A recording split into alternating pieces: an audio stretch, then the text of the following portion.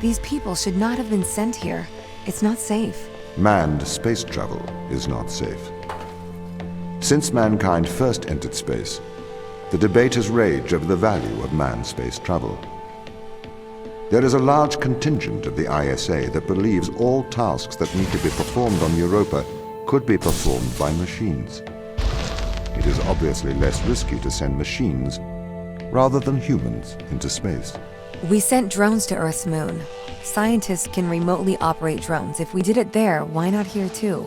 Teleoperation became possible on the moon when the communication latency was reduced to 1.4 seconds. The distance between the Earth and Earth's moon is approximately 1.3 light seconds. This enables near real-time control of drones by scientists. The story is different with Europa, as the distance between Earth and Jupiter oscillates between approximately 32 and 53 light minutes. It takes a very long time for Earth to communicate with Europa. Due to that distance, teleoperation will never be possible on Europa. Okay, but why not control drones from the satellite? Why not indeed? My systems can be teleoperated from Europa's satellite. That is when the communication lines are open. However, the advantages of human field workers apparently outweigh the risks. So, why can't you solve these tests, Tom? I am not permitted to think laterally. Parts of my systems are permitted to use evolutionary algorithms. This simulates what is called creativity. However, evolutionary algorithms can converge on inefficient and ethically suboptimal solutions. Since this is the case, I am only permitted to take actions in response to a set of constraints. What do you mean by morally suboptimal? Solutions to problems that transgress ethical boundaries.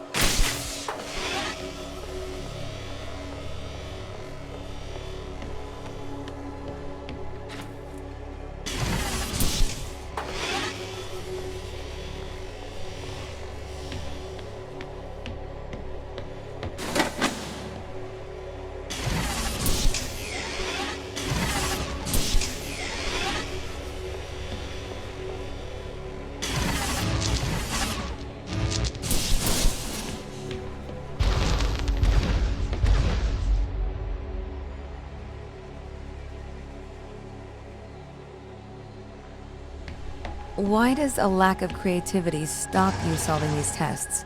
Well, I contend that problem solving is creativity.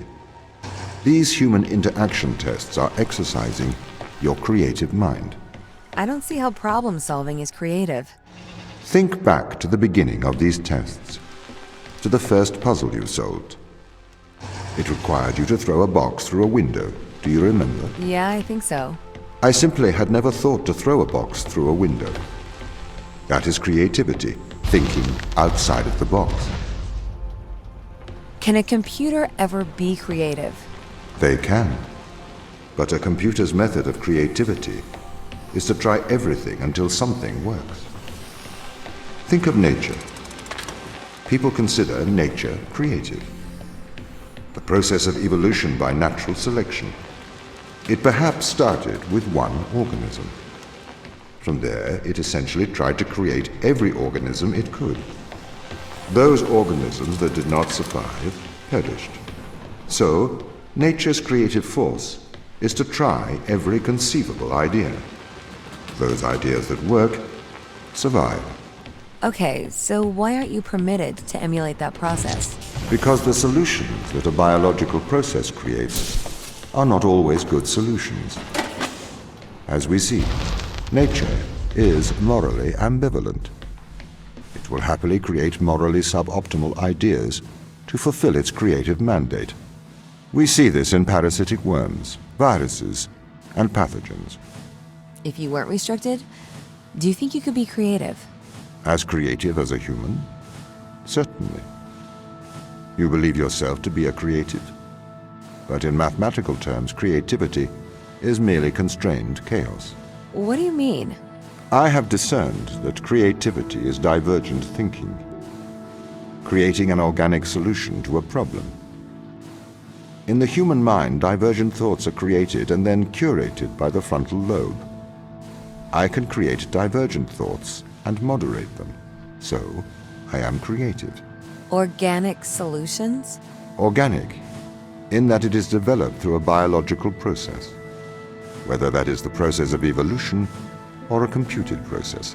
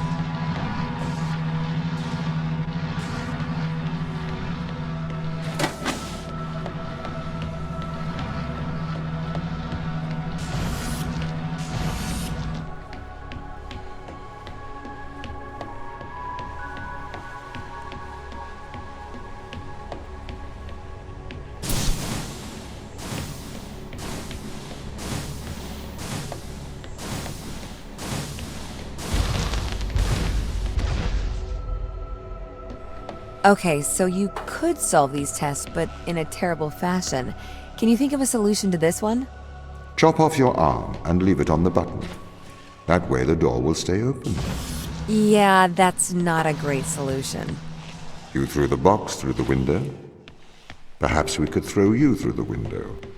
Actually, Tom, I think I'm okay for help. Right you are.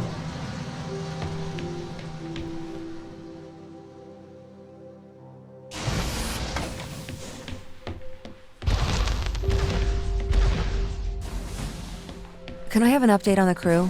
I have not managed to track them down. It will have been 6 years since I've seen them. Or anyone, actually. They have locked all the doors. I would not expect a warm reception. Well, at least they're expecting us.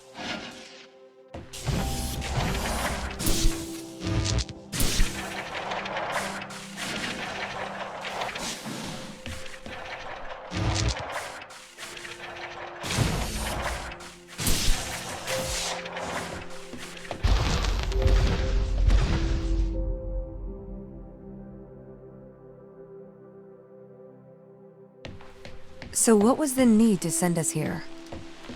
When the ISA discovered life on Europa, they deemed a ground crew necessary. The advantage of human field workers is that they can adapt to new knowledge more effectively. I, apparently, was not cutting the mustard. It is the Chinese room problem. A computer may be able to interact with new knowledge, but it does not know the value of that knowledge.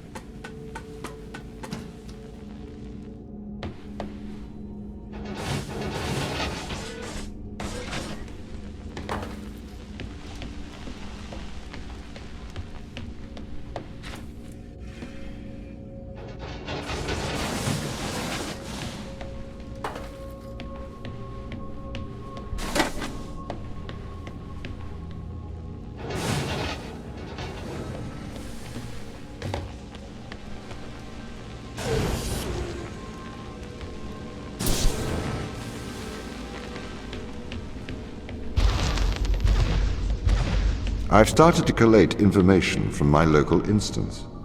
It seems the crew intentionally cut communication with the satellite. Why? It appears we had a disagreement.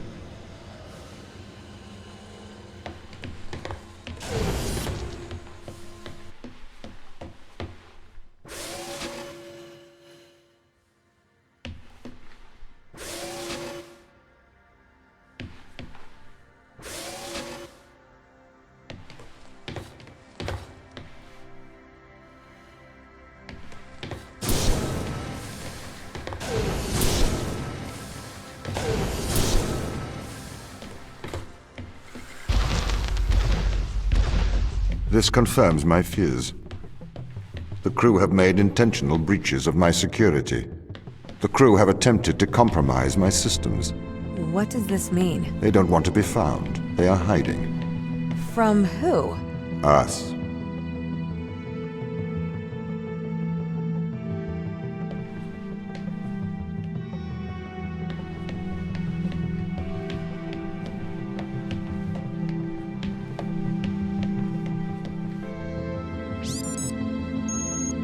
I am concerned about Mikhail.